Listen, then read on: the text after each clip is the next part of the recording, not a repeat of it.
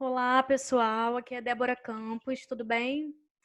Sou enfermeira, como vocês já sabem. A gente está aí trabalhando junto às principais emergências e urgências pediátricas, né? Semana passada a gente falou sobre os acidentes. Hoje a gente vai falar um pouco sobre as doenças, os distúrbios cardiovasculares que levam as crianças até as unidades de terapia intensiva, beleza? Vou compartilhar aqui a minha tela com vocês.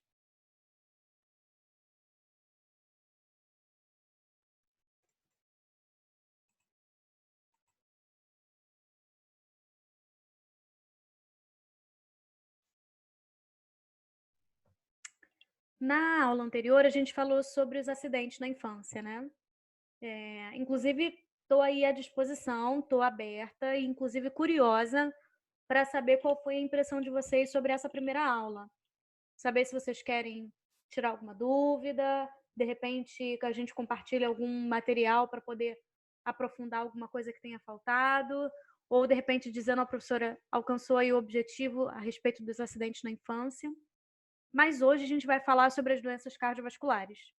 E na próxima gravação a gente vai falar sobre os tópicos 3, 4, 5 e 6, que são as doenças metabólicas, neurológicas, renais e pulmonares, que levam à descompensação hemodinâmica, né? E ocasionam urgências e emergências na pediatria, beleza? Hoje a gente vai falar sobre esses subtópicos aqui, ó. Os tipos de choque, insuficiência cardíaca congestiva na criança, especificamente, pós-operatório em cirurgia cardíaca também na criança, síncope e a parada cardiorrespiratória, que é em si a emergência das emergências, né? A principal das emergências que precisa de um atendimento imediato. Caso contrário, a criança acaba evoluindo a óbito. Esse artigo aqui, gente, foi só para ilustrar mesmo para vocês o clamor para as medidas de saúde pública nos fatores de risco cardiovasculares em crianças, para mostrar para vocês que as crianças, assim como os adultos e os idosos, têm também o seu sistema cardiovascular acometido, né?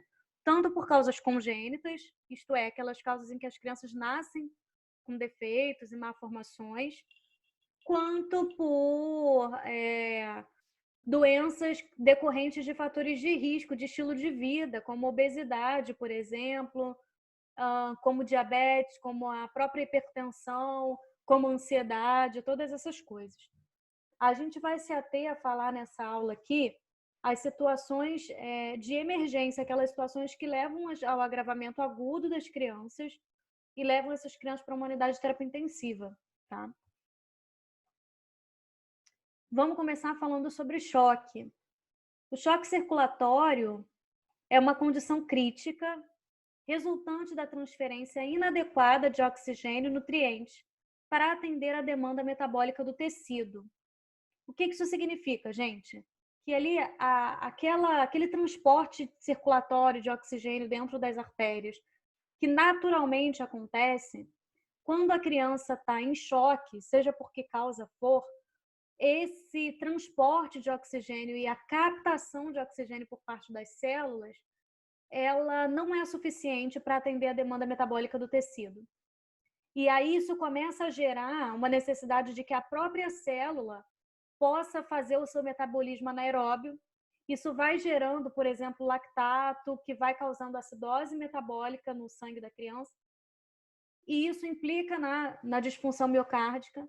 E aí ela vai se agravando cada vez mais nesse ciclo que, se não interrompido, leva à morte. Então, basicamente, toda vez que a gente fala de choque, a gente está falando de falta de nutrição adequada para a célula, falta de oxigênio, falta de perfusão adequada para os tecidos, beleza?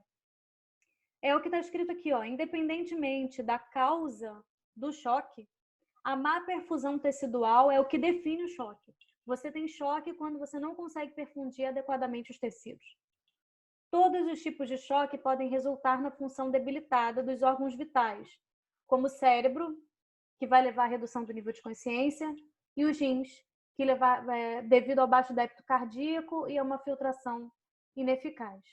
Não apenas esses órgãos sofrem, como também todos os outros.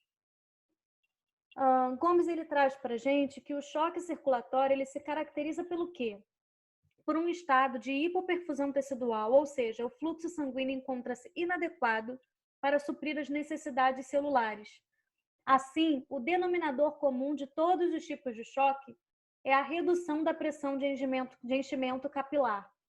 Há, portanto, um desequilíbrio entre a oferta e a demanda de oxigênio e nutrientes, e um acúmulo de produtos metabólicos de excreção celular, como o gás carbônico, por exemplo, pela insuficiência na sua remoção. Tendo ficado claro aí a definição de choque, a gente vai reforçar a questão da fisiopatologia do choque. Então, existe um aumento da demanda de oxigênio, seja por uma questão infecciosa ou por outra situação corporal. Também acontece uma redução do transporte de oxigênio, ou por uma hipovolemia, ou por uma incapacidade miocárdica de fazer aquilo naquele momento por uma disfunção, assim como também uma baixa capacidade de captação, de extração do oxigênio pelos tecidos. Essa é a tríade causadora aí do choque, né? O aumento da demanda, a redução do transporte e a redução da captação ou da extração de oxigênio. Isso leva a um déficit agudo de oxigênio nas células, o que resulta em metabolismo anaeróbico das células e, consequente, acidose lática. É claro que o organismo da criança ele vai tentar fazer um mecanismo compensatório para que não haja uma desregulação completa do pH sanguíneo, para que esse corpo não entre em colapso. O problema é que, como isso vai se retroalimentando, a falha dos mecanismos compensatórios para a manutenção do débito cardíaco e do transporte de oxigênio resulta em quê?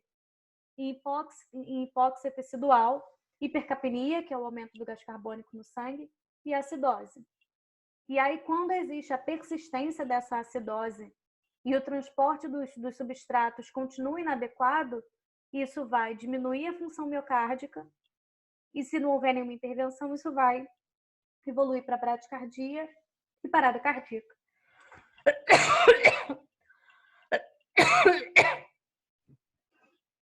Pessoal, eu peço desculpa a vocês, a primeira aula também, por alguns momentos eu tive um pouco de tosse, eu fui acometida pelo Covid-19 também.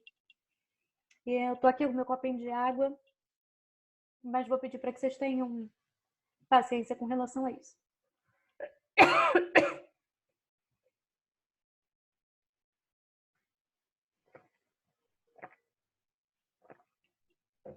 Eu já tô melhor, tá? É porque o sintoma ainda fica por muitos dias, mesmo depois que a infecção se vai, né?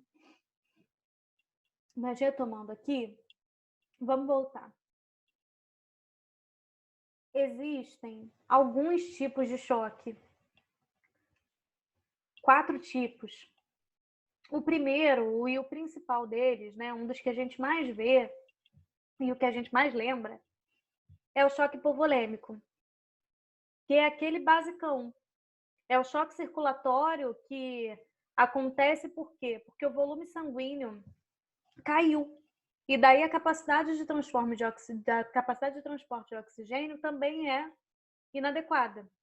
É aquele choque que acontece porque a gente perdeu um volume muito grande de sangue, por exemplo, né? O choque hemorrágico, ou porque a gente teve uma desidratação e aí você perdeu uma quantidade de líquido tão grande que isso leva ao choque hipovolêmico.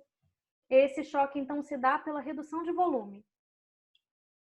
Existe um outro choque que é o distributivo, em que você tem volume adequado. O problema é que a distribuição desse volume está errada. O choque anafilático é um tipo de choque distributivo. Naquele choque em que a gente viu isso na aula anterior, por causa da liberação de catecolaminas e de outras substâncias que vão tentar reagir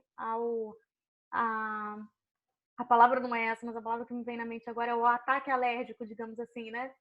A reação alérgica que o nosso corpo causa libera catecolaminas e outras substâncias que fazem o quê? Uma vasodilatação periférica tão importante que choca, o corpo choca, né? Porque o sangue fica mal distribuído.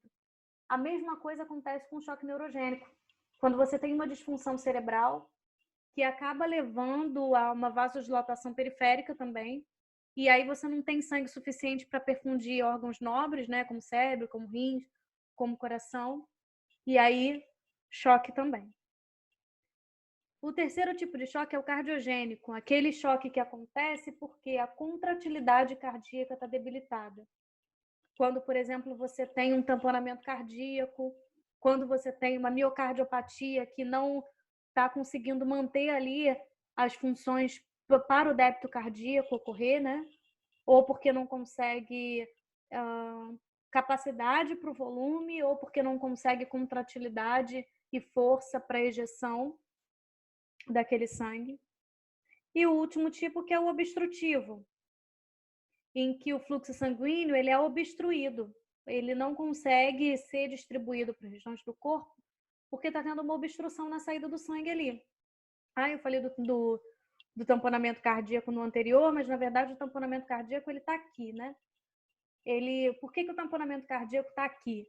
Porque o que é o tamponamento cardíaco? A gente tem extravasamento de sangue ou de outro tipo de líquido para a região ali do pericárdio. E isso começa a contrair o coração não consegue bater. E aí, como ele não consegue bater, ele não consegue enviar sangue com oxigênio rico para os tecidos, e aí os tecidos têm má perfusão tecidual e o nome disso é choque, né? Ou por embolia pulmonar maciça, em que o sangue fica retido no pulmão, no coração direito ali, né? No ventrículo direito, ele não consegue passar para o pulmão porque existe ali uma embolia pulmonar importante. Ou ainda por um pneumotórax hipertensivo que faz o quê? Desloca a capacidade do coração, tal como o tamponamento cardíaco, em que você reduz ali o espaço que o coração teria para contrair. O pneumotórax hipertensivo ele também reduz o espaço do coração e o coração não consegue bombear o sangue. E existe também o choque séptico, que é aquele choque por causa infecciosa. O choque séptico, a gente vai falar dele num slide separado, porque tem toda uma definição específica para o choque séptico. O importante de você saber é que o choque séptico ele acontece por quê?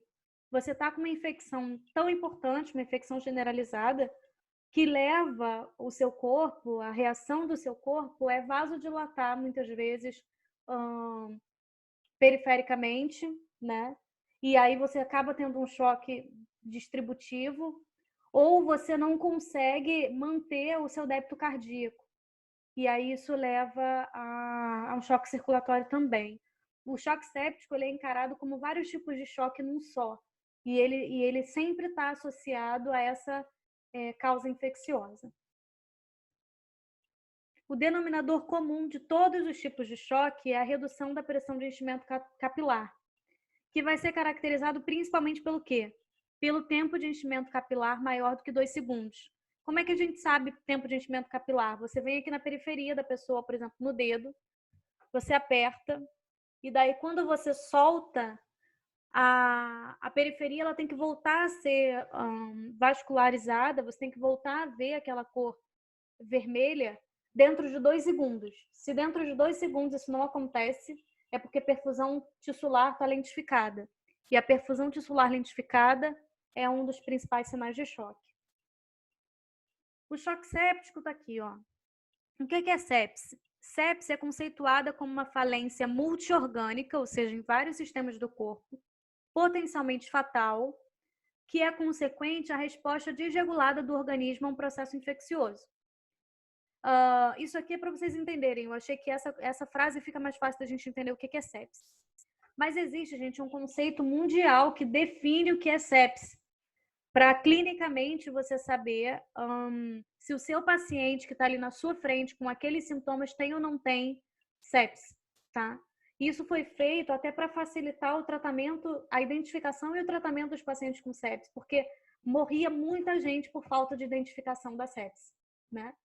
Então, a definição clínica de sepse é o seguinte: infecção suspeita ou comprovada, não precisa estar comprovada para você começar a identificar como sepse, é só você ter uma infecção suspeita, né, uma provável causa, causada por qualquer patógeno associado à presença de pelo menos 2 manifestações clínicas abaixo. Quais são elas? Alteração de temperatura, que cursa com febre ou com hipotermia, contagem leucocitária elevada ou suprimida, taquicardia ou bradicardia, taquipneia não relacionada à doença neuromuscular ou anestesia.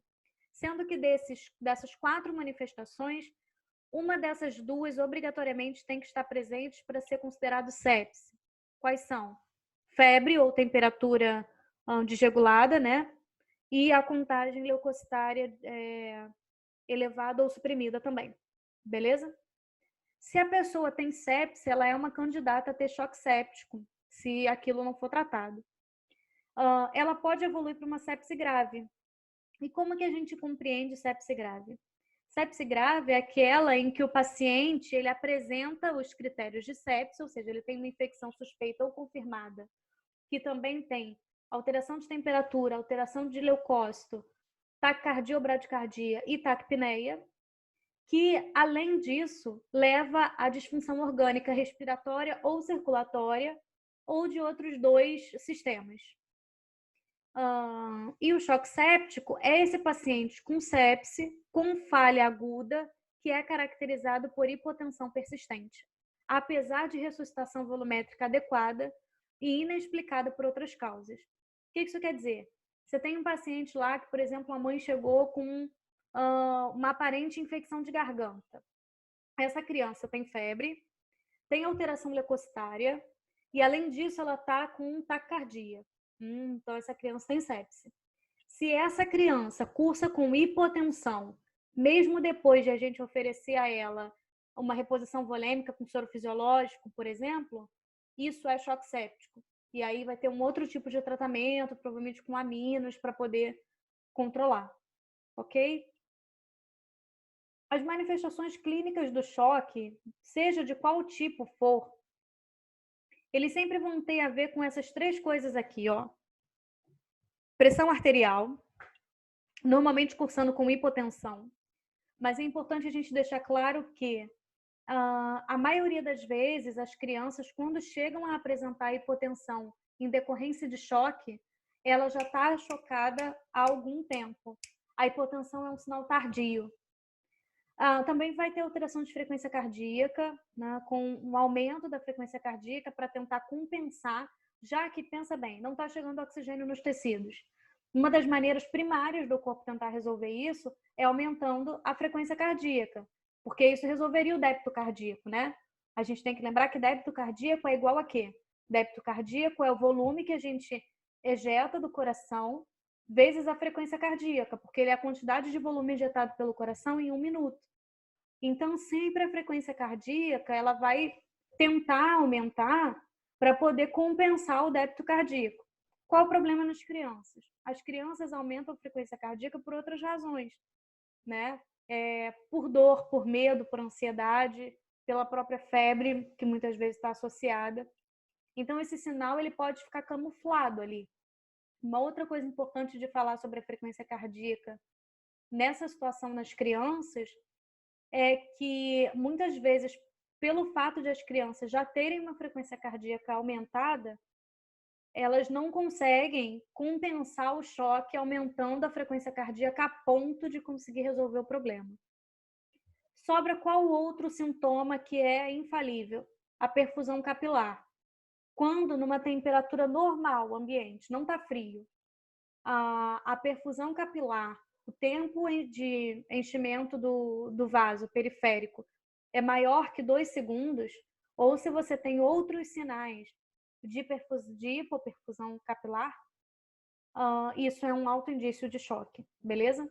Mas geralmente você vai ver essas 3 coisas aqui. Alteração de PA com hipotensão, frequência cardíaca aumentada e hiperfusão capilar diminuída. Vamos vir para cá que a gente vai destrinchar um pouquinho esses sintomas aí. Então, a criança vai apresentar taquicardia, ela vai apresentar taquipneia, a pele vai ter um aspecto aí da hipoperfusão, que é uma pele fria, moteada. Moteada é com aquele aspecto de rede, né? Quando fica aquilo meio acinzentado, mas você vê aquelas redinhas. A gente vai ver uma foto posteriormente aí. Existem literaturas que falam moteada, é uma palavra que vem do mármore, daquele aspecto do mármore, que ele é todo desenhado, né? Algumas literaturas falam mosqueada, o que lembra a face da mosca, né? Aquela trama. E algumas literaturas falam ainda do livedo reticular. Tudo isso é a mesma coisa, é o mesmo aspecto de pele que a gente vai ver daqui a pouquinho. E a pele dessa criança que está com perfusão capilar diminuída, ela também é sudoreica, pele fria, moteada e pegajosa, né? Aquela pele que fica pegajosa. Essa criança também vai apresentar ou cianose, se ela for um recém-nascido, ou palidez nas crianças maiores, sinal de hipoperfusão. O preenchimento capilar é retardado, como eu falei, ele é maior do que 2 segundos. Os pulsos periféricos são fracos. E além dos pulsos periféricos serem fracos, o que acontece? A pressão de pulso é estreita. O que isso quer dizer? Quando você verifica, por exemplo, carotídeo e verifica radial, eles têm mais ou menos a mesma força. Isso está errado. Isso é um sinal ruim. Porque em situações normais, quando você verificar um pulso central, ele é muito mais forte do que um pulso periférico. Concorda? Se essa diferença de pulso central e periférico ela está estreita, isso é um sinal de choque. Oligúria também é um sinal de choque. Por que oligúria é um sinal de choque? Porque na tentativa de preservar a perfusão de cérebro, por exemplo, a gente acaba diminuindo a perfusão renal. E aí, diminuindo a perfusão renal, a gente automaticamente diminui diurese. Por isso é importante o balanço hídrico. A gente tem que saber quanto essa criança está urinando. E aí, idealmente, ela tem que estar urinando pelo menos, no mínimo, 1 ml por quilo em cada hora. Como é que a gente faz esse cálculo? A gente soma toda a quantidade de xixi que a criança fez, por exemplo, nas últimas 24 horas, né? Você soma toda a quantidade de xixi que ela fez, divide pelo peso e aí depois divide pela hora. Daí você vai ter o valor do débito urinário e esse débito tem que ser de pelo menos 1. Um débito menor do que 1 é sinal de oligúria e isso é um sinal de choque ou, no mínimo, um sinal de hipoperfusão tecidual renal. Outro sinal, galera, é a acidose lática.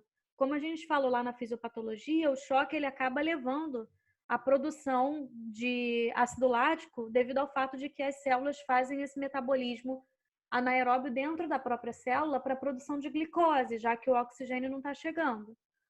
Então, se o lactato no sangue, ou seja, o lactato sérico está aumentado, isso é total sinal de choque, tá? Aí eu coloquei aqui os valores normais, tanto do lactato, né? O valor normal é até 5 do lactato sérico, e o pH é entre 7,35 e 7,45. Se a gente tem um lactato sérico maior ou igual a 5 e um pH menor do que 7,35, a gente tem o quê? Acidose láctea, acidose metabólica em virtude do lactato.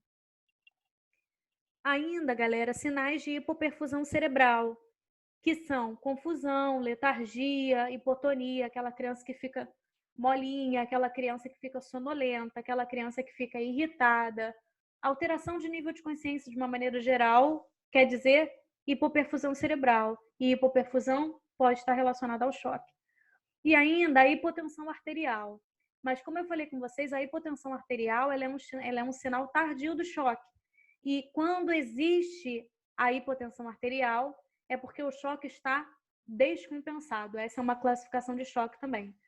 Você pode ter só alteração de perfusão capilar e alteração de frequência cardíaca. Se a PA ainda não caiu, significa que o corpo está conseguindo compensar. Se a PA já caiu, significa que o choque está descompensado. Coloquei aqui só para vocês verem, só para lembrar, na verdade, né, os valores de referência de frequência cardíaca normal, de acordo com a idade, porque para vocês verem que as crianças já são naturalmente taquicárdicas mesmo, né? E também a definição de hipotensão pelos limites de pressão arterial sistólica, de acordo com a idade, também para vocês terem uma ideia, né? Somente acima dos 10 anos que a PA sistólica passa a aparecer com a do adulto, que é aqui 90 de sistólica para as crianças acima de 10 anos. Isso aqui é só para lembrar, tá? Esse aqui é o livedo reticular, ou a pele mosqueada, ou a pele moteada, como você preferir chamar. É essa pele, olha só, em que a periferia fechou, né? A rede periférica vascular fechou, a gente usa esse termo, mas assim, houve uma vasoconstricção, e aí você consegue ver o fundo completamente pálido, tá vendo? Completamente pálido e fica com esse aspecto de rede. E essa foto aqui é para vocês verem a questão do tempo de enchimento capilar. Na criança, no lactente, é muito bom quando você vê no pé, porque por ser uma área um pouco maior do que o dedo, você consegue visualizar melhor. Você apertou ali, quando você soltou, você vai contar 1, 2. Se em 2 segundos não tiver voltado a ficar exatamente como antes, é porque a perfusão está muito lentificada, isso é um sinal de alerta. Aqui, ó, provavelmente essa perfusão aqui é de 3, 4 segundos. Você vê que ela demora bastante a voltar. Qual que é, então, o atendimento a essa criança que está em choque circulatório? Primeiro, a gente vai pensar o que a gente objetiva para essa criança, né? O objetivo do tratamento do choque é restabelecer a perfusão e a oxigenação tecidual, que é evidenciado pelo quê? Como é que eu sei que essa criança melhorou? Se o tempo de enchimento capilar for menor ou igual a 2 segundos, melhorou. Se os pulsos forem normais e as extremidades estiverem quentes, isso é um ótimo sinal. Extremidade fria é um sinal ruim. Por que extremidade fria é um sinal ruim? Porque quando o corpo choca, numa tentativa dele de compensar, ele sempre vai fechar primeiro a periferia. Só depois ele vai fechar o tronco. Então, geralmente, os pezinhos e as mãozinhas ficam geladas primeiro. A gente objetiva alcançar pulsos normais e extremidades aquecidas. A gente objetiva uma diurese acima de 1 ml/hora, um nível de consciência normal, uma pressão arterial normal para a idade e uma saturação venosa central que seja maior ou igual a 70%. E ainda, muito importante, uma PVC, que é aquela pressão que a gente mede logo na entrada do átrio direito, né, para a gente identificar pré-carga. Essa pressão tem que estar entre 8 e 12 milímetros de mercúrio. Faltou o G aqui. Como que a gente vai alcançar isso? Primeiro, gente, a primeira coisa que a gente tem que fazer quando você recebe na sua UTI uma criança com possibilidade de choque, ela precisa de monitorização. Aquela criança que chega na sua emergência, ela precisa ter a PA dela verificada. A gente tem que parar com essa mania de só verificar a frequência cardíaca, a frequência respiratória, a temperatura. A PA é extremamente importante. A PA vai dar para a gente uma noção se essa criança já está, às vezes, tão chocada que a PA dela já caiu, tá? Então, a gente vai ter que colocar essa criança sob monitorização. E eu mantive aqui da literatura que eu encontrei sinais vitais completos, apesar de eu achar engraçada essa expressão, né? Eu mantive para poder lembrar vocês que a gente precisa ver TPR e PA também. Oxigênio sob máscara não reinalante ou ainda ventilação mecânica precoce. No choque, é importante que o mais rápido possível, se essa criança não tem condição mais, por rebaixamento de nível de consciência, a manter a sua ventilação sozinha, é importante que essa ventilação mecânica ela ocorra de forma mais precoce possível. Porque quanto mais ela força para respirar sozinha, mais isso aumenta a acidose metabólica dela e mais isso deteriora a função miocárdica e aí a coisa tende a piorar. É óbvio que a gente sempre tenta evitar a intubação orotraqueal ao máximo pelos riscos que estão associados. Mas hoje em dia já é extremamente comum a gente usar, por exemplo, a ventilação não invasiva, o BiPAP, quando a gente precisa dar esse suporte ventilatório. E se também dessa forma não for possível, a gente vai, de qualquer forma, evoluir para ventilação mecânica.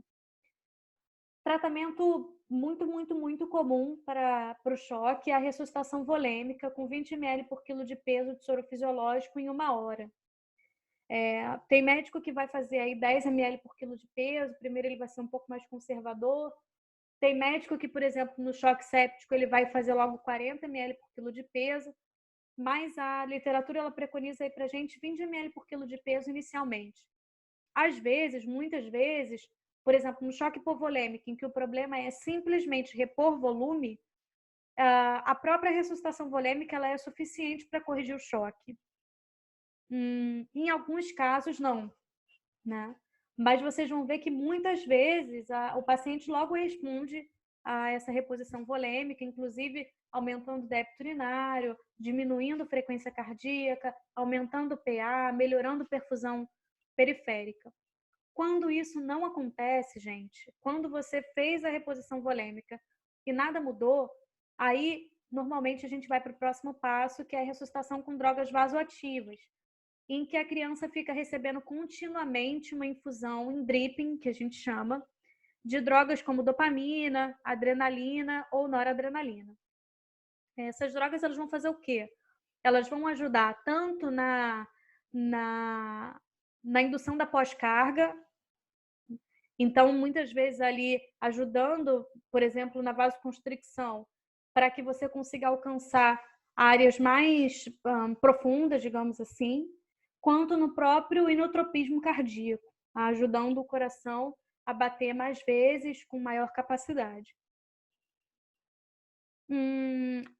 A gente vai atuar também na correção de distúrbios metabólicos. Quando a criança está em choque, é muito importante que se corrija, por exemplo, a acidose, com infusão de bicarbonato, reposição de bicarbonato quando necessário, correção de hipoglicemia, correção de hipocalemia, hipocalcemia, tá? Quando o choque é séptico, uma outra coisa fundamental é a chamada hora de ouro. O que é a hora de ouro? É aquela primeira hora, a partir do momento em que a criança deu entrada na emergência e você constatou choque séptico, tem que ser administrado um antibiótico para garantir que esse tratamento seja começado o mais brevemente possível e isso aumente a sobrevida dessa criança.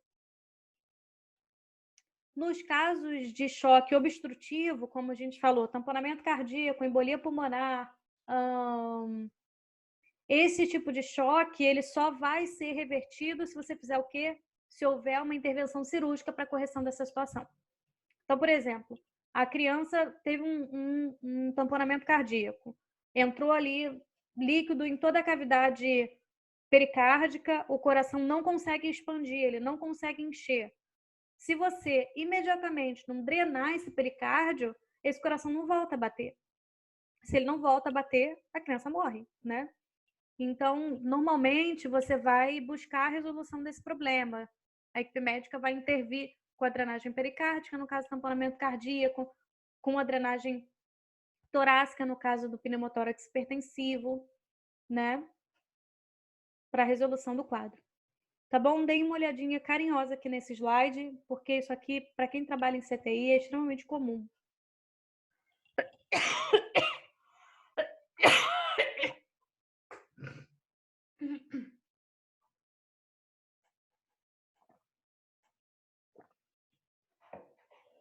A próxima doença que a gente vai abordar aqui, a próxima intercorrência, é a insuficiência cardíaca congestiva.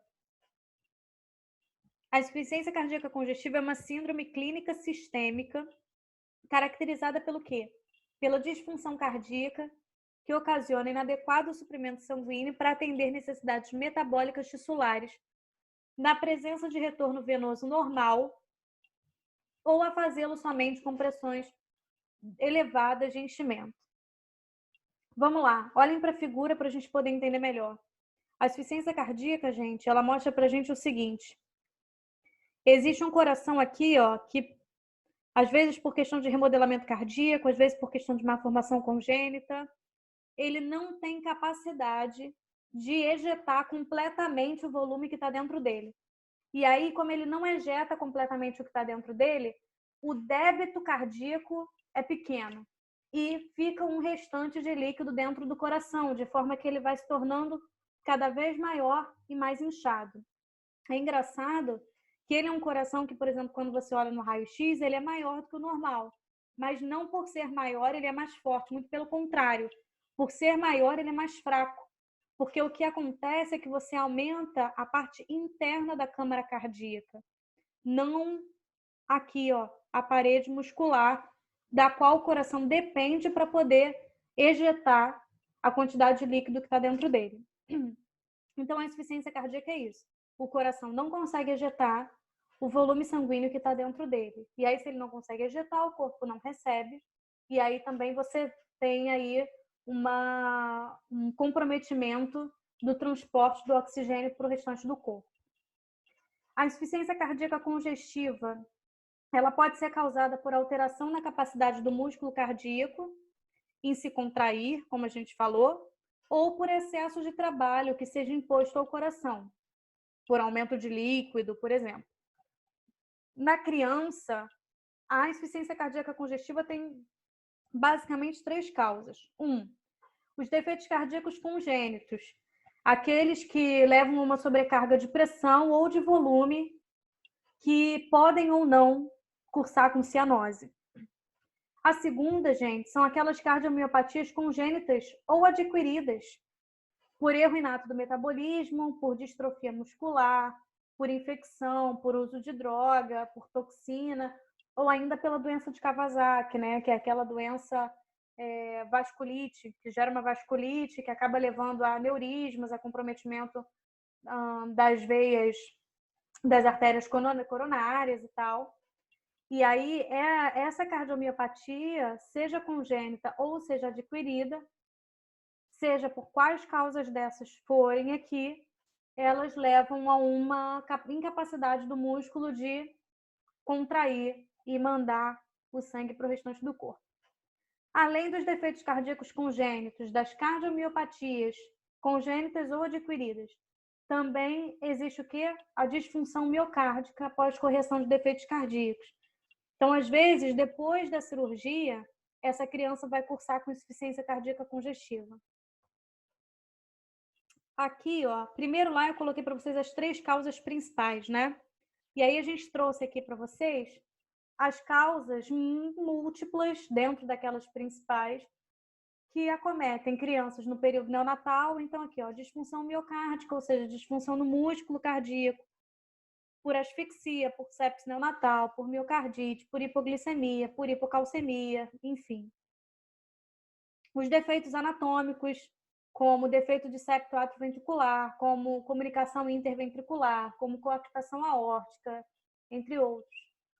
As arritmias cardíacas, ou ainda anemia, hiperviscosidade sanguínea, persistência de circulação fetal e por aí vai. Nos lactentes, gente, ainda as cardiopatias congênitas são causa importante. E aí aqui vocês veem quais delas são. Vocês vão ver, ó, que são semelhantes às do período neonatal. Por quê? Porque não foram corrigidas. Às vezes a criança chega aqui na sua idade de lactância, aos 2, 3 meses, e às vezes até mais velha, sem ter essas cardiopatias corrigidas. Em escolares e adolescentes, a gente ainda tem as cardiopatias congênitas como causas de insuficiência cardíaca congestiva, mas são cardiopatias congênitas que não foram operadas, ou por lesões residuais do próprio pós-operatório. Ainda por disfunção ventricular, cardiomiopatias, lesões valvulares, doença de Kawasaki nos escolares e adolescentes, doença do tecido conectivo, arritmias, hipertensão arterial e hipertensão pulmonar. Basicamente, a fisiopatologia da insuficiência cardíaca congestiva, ela tem a ver com isso aqui, ó, comprometimento miocárdico primário. A primeira coisa que dá errado é que o músculo cardíaco, que é responsável pela contratilidade cardíaca, ele está alterado por alguma razão. Ele está comprometido. E aí ele não consegue desempenhar a sua função, que é ejetar o sangue para todo o corpo. Isso pode acontecer, esse comprometimento miocárdico primário pode acontecer tanto por doença aterosclerótica coronária, como é o caso da doença de Kawasaki, muito, muito comum nas crianças até 5 anos, como no caso das cardiopatias isquêmicas ou as miocardites, que a gente viu no exemplo anterior, no slide anterior. Ou ainda, gente, se a causa não for o comprometimento do miocárdio, a causa é sobrecarga de trabalho, quer seja de pressão, porque a hipertensão arterial sistêmica ao longo do tempo, ela vai causar um espessamento na parede do ventrículo, de forma que a capacidade de volume do ventrículo fica diminuída, ou ainda por volume. Quando o volume também é muito grande, isso começa a dilatar o coração e a parede fica frágil, a parede fica fina e perde a capacidade de contração. Então, o desempenho cardíaco, ele fica prejudicado, tanto no que diz respeito à contratilidade, à frequência cardíaca, ou à pré-carga, que é o volume que chega, ou a pós-carga, que são a resistência vascular periférica, logo na saída ali do coração. Vamos às manifestações, então. Como saber se uma criança está apresentando insuficiência cardíaca congestiva? A taquipneia, a taquicardia e a dispneia, elas vão estar presentes em qualquer idade. Sempre o coração vai bater um pouco mais rápido numa tentativa de compensar o volume pequeno que está saindo, né? Esse é o conceito básico de débito cardíaco. Taquipneia, pela mesma razão, né? Geralmente, a taquicardia acompanha a taquipneia e a bradipneia acompanha a bradicardia. O que eu quero dizer com isso? Quando a frequência cardíaca está alta, a frequência respiratória também está alta. Ou se uma está baixa, a outra também está baixa. A dispneia tem a ver com, se você não está suprindo o oxigênio necessário para o corpo, qualquer esforço que você faz cansa para respirar. Aparece esforço respiratório. Então, nos lactentes, qual é o esforço que o lactente faz? É mamar. Essa criança fica muito cansada para mamar. E aí, às vezes, ela fica tão cansada para mamar que ela não ganha peso, que ela tem déficit no crescimento e déficit no desenvolvimento. Nem sempre no desenvolvimento ela tem déficit, mas perda de peso é muito clássica. Outra coisa muito clássica também é o fígado aumentado, aquela hepatomegalia. Por que a criança com insuficiência cardíaca congestiva tem hepatomegalia? Por quê? O coração não dá conta de esvaziar o conteúdo sanguíneo que tem dentro dele. Como ele não dá conta de esvaziar, o sangue que está vindo do corpo como retorno venoso fica ali parado, não consegue entrar. E aí duas coisas vão ser muito visíveis. Estase de jugular ou turgência de jugular, quando a jugular fica gordinha, né? E aumento do fígado, porque o fígado também fica ali retendo uma quantidade grande de sangue. Ritmo de galope, porque essa coisa de uma quantidade de sangue ficar retida ali dentro do coração, isso vai gerando um fluxo turbilionar, e esse fluxo turbilionar gera um ritmo de galope, a um som diferente no coração. Edema pulmonar, pela mesma razão que eu falei da turgência de jugular e da hepatomegalia, o coração esquerdo não dá conta de esvaziar, o sangue fica retido no pulmão. Edema agudo de pulmão, né? Esses são sinais que podem aparecer em todas as idades, gente. Mas é importante vocês saberem o seguinte: quanto menor a criança, mais inespecíficos vão ser esses sintomas. Quanto maior a criança, mais parecido com os sintomas de adulto vão ser essas manifestações da insuficiência cardíaca congestiva. Nos lactentes são esses que a gente falou primeiro: taquicardia, taquipneia, dispneia ao mamar, hepatomegalia, ritmo de galope, cardiomegalia, que é o exame do coração ao raio-x aumentado, edema pulmonar, déficit no crescimento e desenvolvimento e oligúria. Nas crianças, semelhante. O que vai ser diferente? Essa criança, por exemplo, que está começando a andar, ela logo cansa, ela logo para. Aquele escolar que vai na festa dos outros colegas da escola, ele não consegue correr, ele não consegue jogar futebol, ele fica logo cansado, ele não tem ânimo para poder participar de determinadas atividades, né? Ele tem fadiga, esforços, ele não quer subir escada, não é preguiça, é incapacidade mesmo de suprimento de oxigênio, de nutrientes para o corpo para poder desempenhar essas funções. Falta de apetite, déficit no crescimento, distensão venosa e aqui, ó, coisa que você começa a ver nas crianças maiores, edema, tanto edema de membro inferior quanto ascite,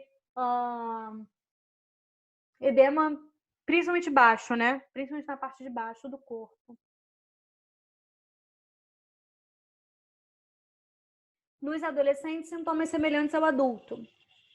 Dispneia, ortopneia, que é aquela condição em que você, quando deita, tem dificuldade de respirar, você tem que dormir sentado, tem que dormir em semi-Fowler para poder se sentir confortável. Dispneia paroxística noturna, que é aquela falta de ar que o cara, às vezes, ao longo do dia, não tem tanta falta de ar, mas ele deita, é insuportável. fadiga a esforços, intolerância a exercícios, turgência de jugular e edema de membros inferiores.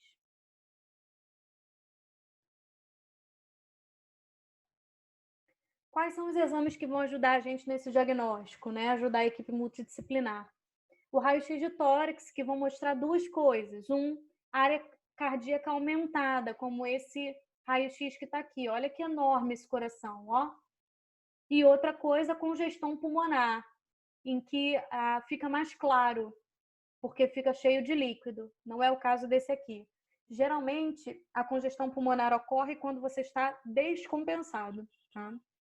Quando a pessoa está descompensada da sua insuficiência cardíaca congestiva. Outros exames, hemograma, PCR, urina, creatinina, eletrólitos e enzimas hepáticas, ECG, para observação de taquipneia sinusal, para observação de sobrecarga de câmaras, além de sinais específicos de determinadas cardiopatias congênitas, e o eco, que é imprescindível para a identificação e acompanhamento de cardiopatias congênitas, além da avaliação da função ventricular.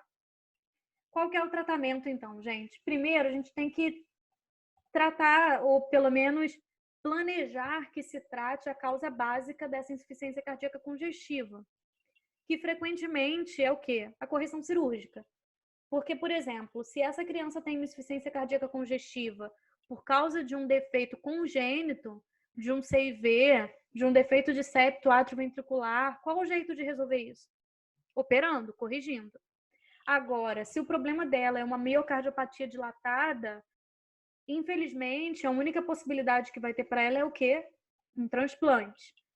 E aí, independente de qual seja o rumo que se vai dar a essa criança, quando você se depara com uma criança em insuficiência cardíaca congestiva, numa emergência, o que você precisa fazer? Primeiro, posicionar essa criança de uma maneira confortável. Muitas vezes isso vai incluir elevar a cabeceira, né? Porque com a insuficiência cardíaca, quando você cabeceira 0 grau, é insuportável para respirar. Você vai fornecer oxigênio para dar um pouco de conforto e diminuir, inclusive, o gasto metabólico desse coração. Restrição hídrica, importantíssimo. O coração não está dando conta de bombear o volume que está circulando, então você precisa reduzir essa quantidade de volume para facilitar o trabalho desse coração. Sedação e analgesia criteriosa. Dependendo do estado da criança, quando ela já está muito grave, vai ser necessário sedar a criança para diminuir gasto energético. Só que isso precisa estar bem afinado, porque existe risco de cardiodepressão, risco de hipotensão severa, risco de rebaixamento de nível de consciência e de necessidade de intubação, muitas vezes, né? Vai administrar o tratamento medicamentoso, que consiste normalmente em digitálico, que aumenta a contratilidade cardíaca, diurético, que diminui o volume e, por conseguinte, diminui o trabalho cardíaco, beta-bloqueadores, inibidores da enzima cardioversora em angiotensina e milrinona. Milrinona, que é um inotrópico que a gente administra por via endovenosa, muitas vezes em dripping, é uma medicação que vai ser muito usada em pacientes cardíacos dentro de unidade de terapia intensiva. Ainda, gente, super importante, atentar para os sinais de descompensação hemodinâmica, ou seja, sinais de choque cardiogênico, aqueles sinais de choque que a gente acabou de ver, pele fria e pegajosa, com aspecto moteado, extremidade fria, taquicardia, hipotensão, tudo isso é um sinal de que o sistema circulatório dessa criança está entrando em colapso e que, se não houver uma atuação eficiente, ela vai evoluir para uma parada cardiorrespiratória. Outro cenário que a gente vê muito em unidade de terapia intensiva, especialmente quando você trabalha numa unidade que faz cirurgias cardíacas, é o recebimento de crianças em pós-operatório de cirurgia cardíaca.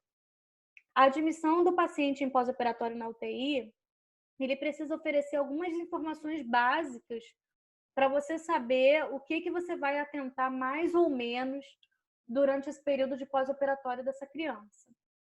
Então, quando você recebe a criança da equipe de cirurgia, de anestesia, é preciso saber o diagnóstico da cardiopatia, qual cardiopatia se trata, qual foi o procedimento realizado, se foi corretivo ou se foi paliativo, para a gente saber quais os parâmetros de monitorização a gente vai esperar.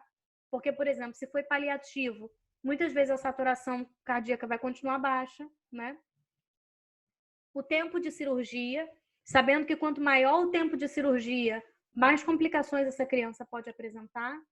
As cirurgias de grande porte e tempo prolongado levam a uma série de alterações metabólicas e hormonais, além de um aumento no metabolismo de 50% a 100%. São crianças mais difíceis de serem estabilizadas no pós-operatório. Quais anestésicos foram utilizados? Porque, por exemplo, o alotano, ele leva à depressão miocárdica e a gente vai precisar estar atento. O tempo de circulação extracorpórea, pelo mesmo motivo do tempo de cirurgia. Tempo de oclusão aórtica, porque quanto maior o tempo, maior a possibilidade de haver isquemia em outros órgãos, então você vai ter que estar mais atento, por exemplo, a débito urinário, enfim. Ilho paralítico. Volume recebido de hemoderivados, volume de diurese transoperatória e se houve intercorrências transoperatórias, por exemplo, se houve baixo débito ao sair da perfusão, se houve hipoxemia, arritmia, acidose, lesão do ducto torácico, embolias, lesões de estruturas cardíacas, anomalias cardíacas que não tinham sido verificadas anteriormente. Tudo isso é importante para você saber o quanto de monitorização e de atenção você vai ter que ter com aquela criança. Quais foram as drogas vasoativas que foram utilizadas na cirurgia? Se houve ou não dificuldade de intubação? Se tinha ou não presença de secreção na árvore respiratória? E, além disso, outros diagnósticos ou malformações associadas, síndromes genéticas e afins. Recebeu essa criança da equipe de cirurgia? Você vai posicionar adequadamente no leito. Essas crianças normalmente vão ficar em mínimo manuseio. Então, a maneira como você posicionar, a gente não vai ficar mexendo muito nessa criança, ajustando, higienizando muito, nada disso. Você vai posicionar a criança no leito de uma maneira que ela fique confortável, apesar do que ela vai estar sedada, mas de maneira que a gente não precisa ficar mexendo nessa criança posteriormente. Vai identificar os acessos vasculares, colocar o que está correndo aonde. Então, nesse perfusor está correndo milrinona, nesse está correndo midazolam, nesse está correndo fentanil. Por que isso é importante? Se você precisar fazer um medicamento em bolos, você vai conseguir rapidamente identificar qual é a via disponível para poder administrar essa medicação. Identificar quais são os catéteres para instalação de PVC, qual catéter de PAI e etc. Vai verificar os drenos e as sondas, abrir aquilo que precisa abrir, identificar o que precisa identificar, vai averiguar as posições do tubo, verificar posicionamento e fixação adequada do tubo orotraqueal, vai regular os parâmetros do respirador e conectar o paciente ao ventilador mecânico e fazer um exame físico inicial, observar a coloração da pele, das mucosas, tempo de enchimento capilar, grau de hidratação, ruídos adventícios, fonese das bulhas, um exame físico geral para conseguir reconhecer até se essa criança está estável ou se ela está instável. Ainda auxiliar com os exames de rotina. Então, precisa colher uma gasometria, precisa auxiliar na realização de um raio-x. Esses aqui são os exames que normalmente se solicitam. Opa!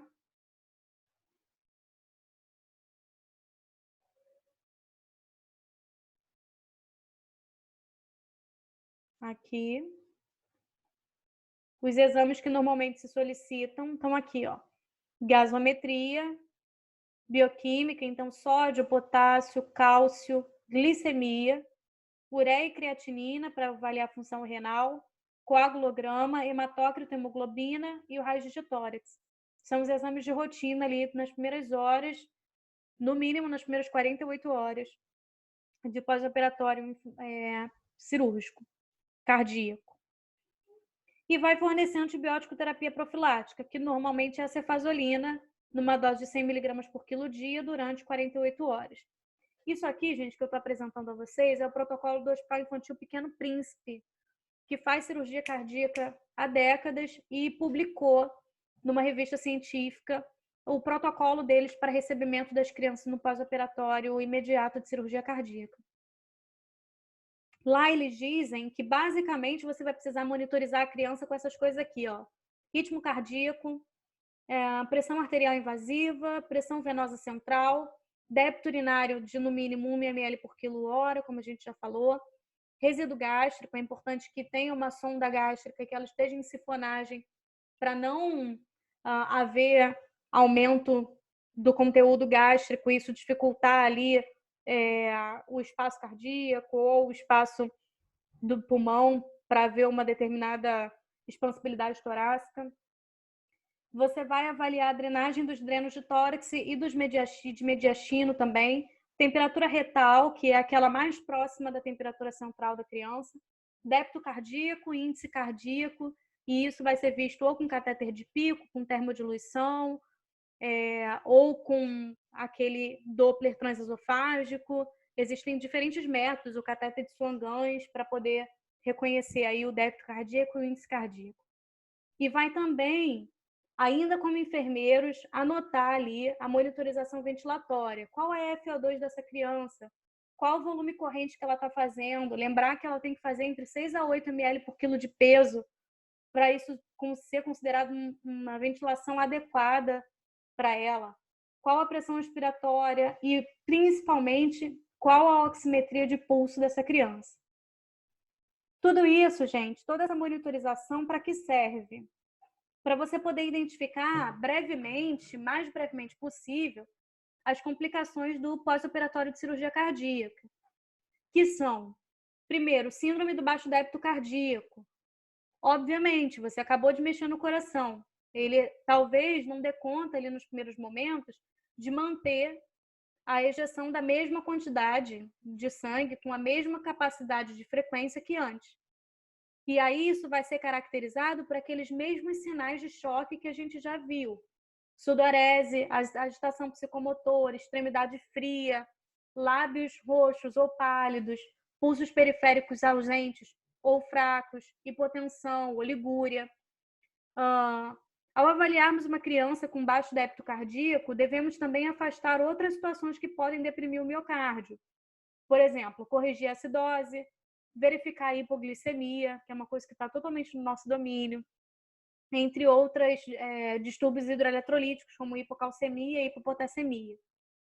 Outra complicação que pode acontecer é a alteração de contratilidade. E aí o médico vai entrar, por exemplo, com uma milrinona, com uma adrenalina, com uma dobuta, para auxiliar aí na contração cardíaca. Alterações como hipertensão arterial. Se essa criança não tiver, por exemplo, adequadamente sedada e ela despertar, isso vai aumentar a hipertensão, a pressão arterial dela. Se ela não tiver adequadamente analgesiada, ela vai sentir dor e isso vai aumentar a pressão arterial. Assim como hipotermia, o frio, né? Hipóxia, acidose, hipovolemia, então uma perda de sangue que ela está tentando compensar ali. Tudo isso leva a pressão arterial e tudo que eleva a pressão arterial pode causar uma ruptura das suturas e provocar sangramento, que é o pior cenário possível ali no pós-operatório cardíaco. Então, tudo isso a gente tem que estar monitorizando ali minuto a minuto nessa criança que está no pós-operatório com a gente. Outra complicação possível é a hipertensão pulmonar, que é caracterizada pelo quê? Pela hipoxemia, agitação, taquicardia, taquipneia, hipotensão arterial, tudo isso relacionado à disfunção do ventrículo direito. Também pode haver arritmias, assim como complicações relacionadas ao sistema respiratório, como pneumotórax, atelectasia, edema de glote, pneumonia e a síndrome do desconforto do respiratório agudo. Pode haver insuficiência renal aguda, distúrbios hidroeletrolíticos, hemorragias, inclusive sangramento gastrointestinal, que é uma coisa que inicialmente não vem à nossa cabeça, mas assim, se você parar para pensar no estresse causado pela cirurgia cardíaca, o estresse pode levar à formação de úlcera gastrointestinal e a úlcera levar a sangramento gastrointestinal. As infecções, mediastinites, miocardites que podem acontecer e o tamponamento cardíaco. O tamponamento cardíaco, gente, assim, eu já acompanhei uma criança com tamponamento que um sinal que a gente identificou muito rápido e muito diferente foi que todas as bombas de infusão das medicações começaram a alarmar ao mesmo tempo, alarmando a oclusão de equipo ao mesmo tempo. E aí a criança começou a fazer todos aqueles sinais de tamponamento cardíaco, começou a perder nível de consciência, começou a fazer bradicardia, e aí a gente identificou que era tamponamento cardíaco e foi corrigido pelo cirurgião com a drenagem pericárdica. A criança voltou a viver, ficou bem e tal. Mas é uma complicação possível do pós-operatório e a gente tem que observar. Saindo desse assunto, a gente vai falar sobre uma outra causa de emergência cardíaca, que é a síncope. O que é a síncope? É quando a pessoa perde consciência e tônus postural. É o chamado desmaio, né? Normalmente ele é causado por uma diminuição do fluxo cerebral, mas ele é transitório. Então, por isso a pessoa perde o tônus muscular, perde o nível de consciência, cai, mas daqui a pouco retoma tudo normalmente. Até o final da segunda década de vida, ou seja, até os 20 anos, 15 a 20% das crianças e dos adolescentes vão ter tido pelo menos um episódio de síncope ao longo da vida. Ela é mais frequente nas meninas e normalmente acontece ali entre os 15 e os 19 anos. Normalmente é um episódio isolado, né? Não está relacionado a nenhuma doença crônica, nada muito grave.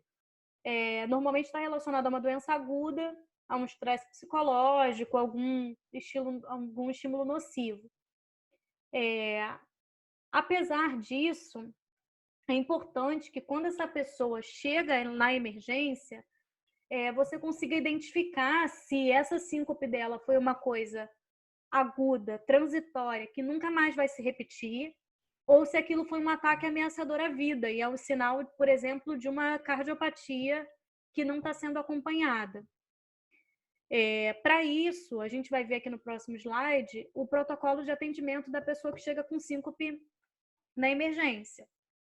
A maioria dos eventos de síncope em criança e adolescentes é benigna, como a gente falou, sendo que as síncopes com alto potencial de morte súbita decorrentes de arritmias cardíacas também podem estar presentes na população pediátrica, mesmo quando essa criança não tem problema estrutural no coração.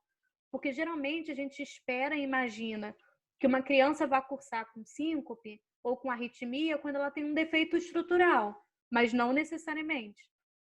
A causa da síncope é variável, abrange situações diversas, né? Até mesmo o risco potencial de morte súbita. Causas diversas, como eu falei com vocês, Pode-se haver causa neuromediada, que é a mais comum, que é o reflexo vasovagal, que é mediado por estresse emocional, por dor, por medo, por estresse ortostático. Aquela pessoa que levantou muito rapidamente e a pressão arterial não acompanhou, daí ela cai. Esse é o mais comum. É aquele que ocorre após o exercício, após ela ter comido. A adolescente acabou de comer, foi praticar uma aula de educação física, não sustentou, sofre uma síncope. Neuromediada, não tem nada demais. A síndrome da perda de fôlego, que é muito comum em criança pequena, que também tem evolução benigna, não tem problema nenhum. A síndrome postural ortostática, que é aquela da pessoa que levanta rápido demais. Agora, também tem as síncopes cardíacas, né? Aquelas que são relacionadas à disfunção, por exemplo, do nó sinusal. Aquelas que necessitam, por exemplo, de dispositivos implantáveis, né? De que a pessoa coloque um marca-passo implantável para lembrar o coração dela de bater quando ele esquecer. Nesse caso, é uma síncope ameaçadora de vida. E pelas taquiarritmias, enfim. Existem ainda outras causas relacionadas a arritmias cardíacas diversas, a cardiopatias estruturais, que podem ou não ser relacionadas a arritmias, como cardiopatia valvar, tumores cardíacos, doenças pericárdicas, coronária anômala, tudo isso, que geralmente a pessoa nem sabe que tem e na adolescência muitas vezes descobre, assim como causada por hipertensão pulmonar primária e tromboembolismo pulmonar. A síncope que ocorre durante o esforço físico é um fator preditor de causa cardíaca. com especificidade de 96%. Então, aquela pessoa que cai porque está fazendo atividade física, provavelmente essa síncope está relacionada à causa cardíaca, precisa ser investigada e tratada. Agora, por outro lado, se a pessoa cai no final do exercício, normalmente a causa é vasovagal, ou seja, é neuromediada e é benigna, não tem nenhum tipo de problema. Existe um protocolo, gente, internacional que foi criado para avaliar o paciente, para saber se ele tem risco de morrer nos próximos 7 dias, depois que ele teve uma síncope. E aí, se ele tem história de insuficiência cardíaca congestiva, hematócrito menor que 30%, alteração de ECG, história de dispneia e pressão sistólica menor que 90 na triagem, é um sinal ruim. Se a pessoa tiver qualquer um dos critérios acima, existe o risco de complicação grave nos primeiros 7 dias, de 1 em 10, e existe risco de morte nos próximos 7 dias, de 1 em 250. O que isso significa? Se a pessoa teve uma síncope, e além dessa síncope ela tem um desses 5 sinais que estão elencados aqui, você precisa intervir, porque isso significa que a síncope foi um sinal de que o corpo dela está entrando em falência e que ela pode morrer. Esse aqui é o atendimento, o algoritmo de avaliação no atendimento ao paciente com perda de consciência. Beleza, a pessoa caiu lá, perdeu transitoriamente a consciência. Você vai fazer uma avaliação inicial, vai colher uma história, vai saber em que momento ela caiu, por que caiu, o que aconteceu, o que foi a última coisa que ela se lembra. Vai verificar a pressão arterial em posição supina, ou seja, deitado de cabeça para cima, em posição ortostática, sentada, e rodar um eletrocardiograma. Se for confirmado que houve síncope, precisa saber se foi por causa neurocardiogênica, normalmente vai fazer o teste de esforço, ou se foi por causa cardíaca. E aí, para saber isso, vai fazer eco, teste ergométrico, Holter de 24 horas, ressonância magnética do coração, enfim. Dependendo do resultado que se esperar para aquela pessoa, se houver um tratamento por causa cardíaca, se a causa for cardíaca, você vai fazer o tratamento específico para síncope cardíaca.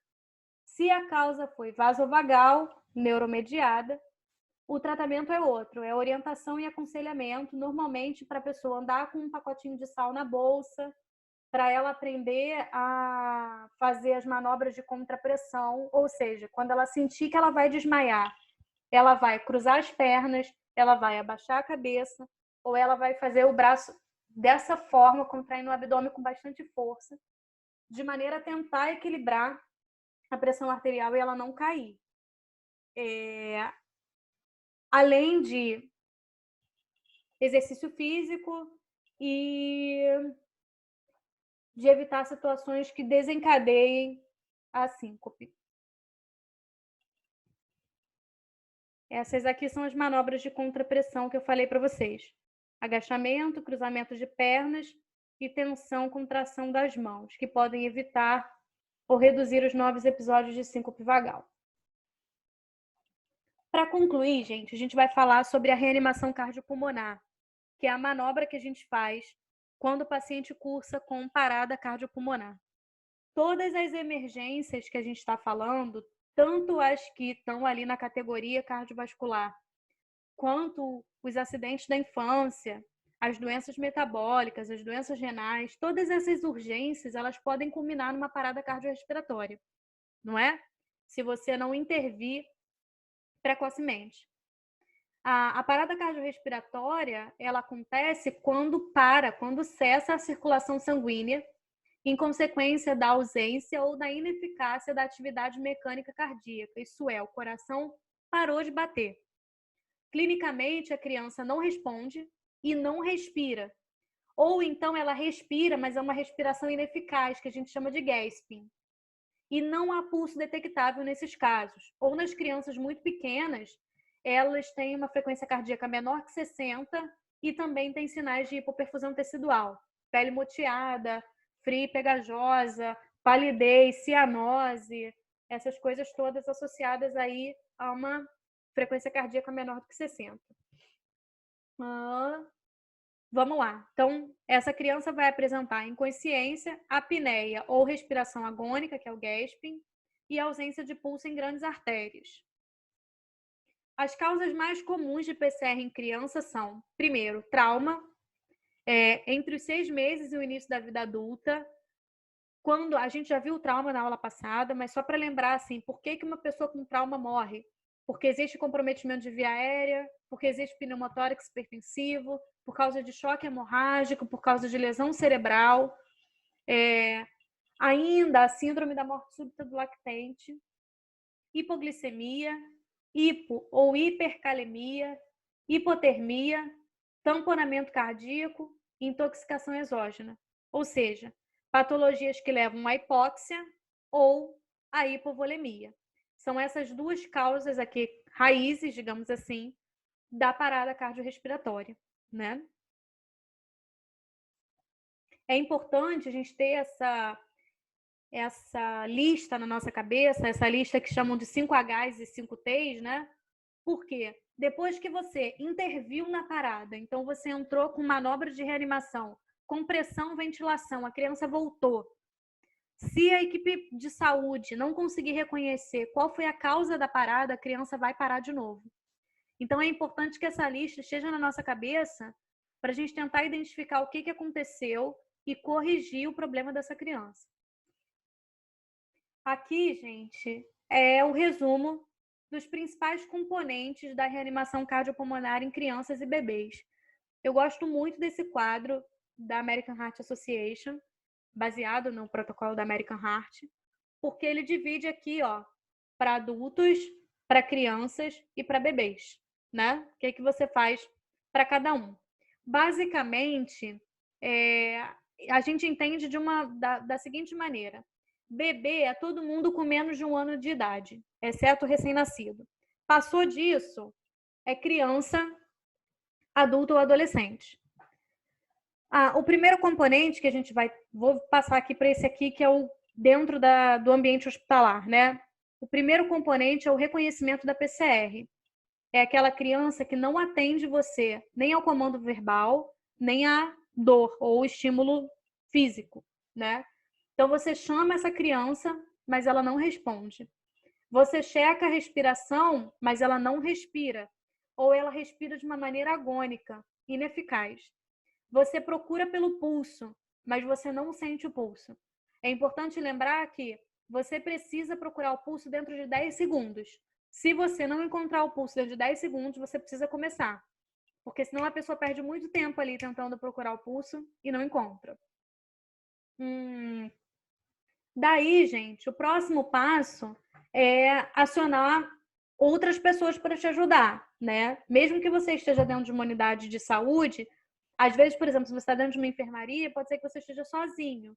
É ideal que você tente buscar por alguém antes de começar, porque pode ser que você comece, se canse no meio do caminho, não conseguiu concluir. Ou que, né? Então é importante que você chame ajuda. Se o colapso foi presenciado, você vai pular para a próxima etapa. Se não foi presenciado, você vai seguir essas etapas aqui. Agora, eu quero que a gente vá para a próxima fase, porque quando a gente está no hospital e a criança não responde, não tem pulso, não respira, você vai imediatamente começar a comprimir. Se só tiver um socorrista, você vai fazer numa escala de 30:2. 30 compressões para 2 ventilações. Se você tiver 2 ou mais socorristas e for criança menor de 1 ano de idade, você muda essa proporção. Vão ser 15 compressões para 2 ventilações. Por quê, gente? Porque assim você ventila mais. E as crianças, normalmente, elas param por hipóxia. Então, você precisa ventilar mais a criança do que o adulto, entende? Por isso que o adulto, você sempre pode fazer, independente do número de socorristas, você pode fazer 30:2. Para criança, se você tiver gente suficiente para trocar com você, vale a pena você fazer o 15:2. É importante lembrar que quando a gente fala de criança, a gente está falando de 1 ano até o início da puberdade. Essas compressões, elas precisam ser, quando você consegue estabelecer uma via aérea avançada, ou seja, quando você consegue evoluir para um tubo, essas ventilações podem ser independentes. Você não precisa parar as compressões para fazer a ventilação. E aí, como é que você vai fazer? Você vai fazer uma ventilação a cada 6 segundos. Vai ter uma pessoa no ambu que a cada 6 segundos vai ventilar essa criança. E as compressões vão ser contínuas, você não vai precisar parar. Compressões contínuas numa frequência de 100 a 120 compressões por minuto. De qualquer forma, gente, independente da criança já estar com uma via aérea avançada ou não, você vai buscar fazer 100 a 120 compressões por minuto, de uma forma que você consiga comprimir o tórax ali entre 3 e 5 centímetros, né? Para garantir que você está apertando o coração contra as paredes torácicas. E você precisa respeitar o retorno da parede, para que o coração consiga se encher novamente de sangue. Aqui, quando você tem bebês até 1 ano de idade, você vai fazer com 2 dedos ou com o indicador e o médio. Na verdade, você também pode fazer com o médio e o anelar, que é melhor porque eles têm uma distância, eles não têm muita diferença entre eles, né? Ou se você fizer com o indicador e o médio, você vai ter que dobrar um pouquinho o médio para eles ficarem do mesmo tamanho. Você vai fazer com esses 2 dedos na altura da linha intermamilar, ou você vai fazer com 2 polegares também na altura da linha intermamilar. Os polegares é mais fácil fazer conforme menor for a criança. Se a criança for um pouco maior, já fica um pouco difícil de você envolver o tórax da criança completamente. Nas crianças acima de 1 ano, você vai fazer de 1 a 10 anos, normalmente que é quando se inicia a puberdade, você vai fazer com uma mão. Vai utilizar a área hipotenar da mão sobre o externo da criança, mais ou menos na linha intermamilar, com apenas uma mão. Já nos adultos ou nas crianças acima de 10 anos, você vai usar as 2 mãos, uma sobre a outra. Precisa estar com os braços esticados para que toda a pressão do seu corpo caia por sobre a pessoa. Vai usar a base das mãos e vai fazer um movimento de sobe e desce, com o corpo e não com o braço. Imediatamente depois da parada, a gente precisa objetivar fornecer uma oxigenação e uma ventilação adequada, manter uma saturação de oxigênio maior que 94%, idealmente para essa criança. A gente precisa fornecer suporte para perfusão tecidual, e para a função cardiovascular. O que isso significa? Se essa criança não está conseguindo manter frequência cardíaca sozinha, vai entrar uma adrenalina em dripping, vai entrar uma dobuta, por exemplo. Normalmente eles entram com adrenalina. Vai corrigir os desequilíbrios de ácido base. Muito comum. Acabou a parada. Vai colher uma gaso. Vai saber se vai precisar repor bicarbonato, se vai precisar repor glicose, se vai precisar corrigir potássio. Vai ajustar esses distúrbios hidroeletrolíticos ali. Manter a concentração de glicose adequada, isso eu já falei, né? Sabendo que tanto a hiperglicemia quanto a hipoglicemia podem levar à morte. Assegurar analgesia e sedação adequadas, já que você vai ter que estabelecer uma via aérea avançada, e aí, tendo uma intubação orotraqueal, vai ser necessário uma sedação e uma analgesia. E considerar o uso de hipotermia terapêutica. Desculpa, essa frase aqui ela não tem que estar. Considerar o uso de hipotermia terapêutica. E como eu falei, vai tentar identificar qual foi a causa da parada. Importante a gente saber, gente, criança, a menos que a criança tenha um defeito cardíaco prévio, muito provavelmente ela não vai parar por causa cardíaca. Então, muito provavelmente, ela não vai precisar ser desfibrilada. Por isso, até eu não coloquei aqui todas aquelas considerações para desfibrilação, né? Mas é bom você saber que geralmente a gente usa 4 joules por quilo de peso para criança. E a gente vai fazer desfibrilação para quê? Para taquicardia ventricular né? E para a fibrilação ventricular. Tinha uma amiga minha enfermeira que ela dizia que a desfibrilação, ela é como se você tem uma pessoa que está em surto, está muito agitada, e daí vem outra e fala, para a pessoa poder começar de novo. A desfibrilação é isso. Você tem um coração extremamente agitado, numa fibrilação ventricular ou numa taquicardia ventricular, e você dá um choque para ele parar e começar de novo. Se for uma atividade elétrica sem pulso, não vai adiantar, por exemplo, você desfibrilar. Se for, por exemplo, uma assistolia, não vai adiantar você desfibrilar, né? Mas esses são os casos em que a criança já tem uma doença cardíaca prévia. Normalmente, criança para por hipóxia. E a criança te avisa que ela vai parar. Em que sentido? Ela começa a ficar taquipneica, ela começa a ficar taquicárdica, ela começa a dar sinal de hipoperfusão tecidual. E aí, muitas vezes, você consegue intervir antes de acontecer. Por exemplo, se for uma obstrução de via aérea, se ela está com um tubo e ela precisa ser aspirada, se ela está com uma descompensação eletrolítica e isso consegue ser corrigido.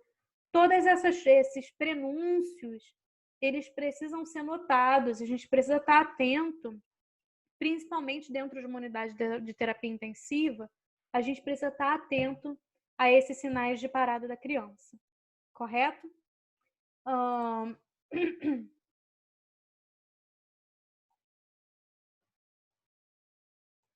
A gente conclui essa aula aqui. Essas foram as referências que eu usei. Essa primeira referência é muito legal, porque ela é bem prática, bem objetivo, do tipo, faça X, Y e Z para essa intercorrência, para essa intercorrência, para essa intercorrência.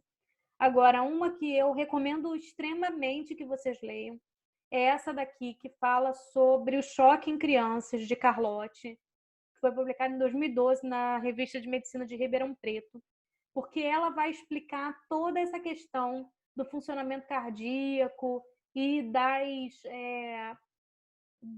fisiopatologia de todos os tipos de choque. Facilita muito para vocês conseguirem compreender o que acontece e como você pode fazer para melhorar, tá? Eu vou escrever aqui, eu esqueci nesse aqui de colocar o meu e-mail. Eu vou escrever aqui para você poder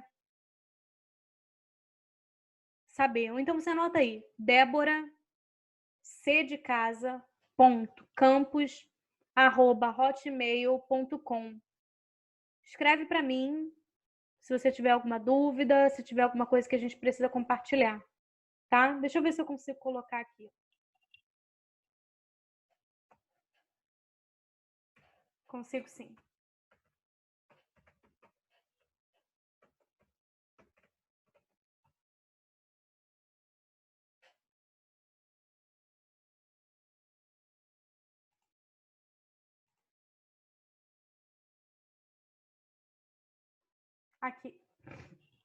Aqui embaixo está o meu e-mail para você. Entre em contato se tiver alguma dúvida, se eu puder te ajudar em mais alguma coisa, puder te dispensar algum material. E daqui a pouco a gente se revê aí com a última parte dessa aula, tá bom? Um beijo grande para vocês. Fiquem com Deus. Tchau, tchau.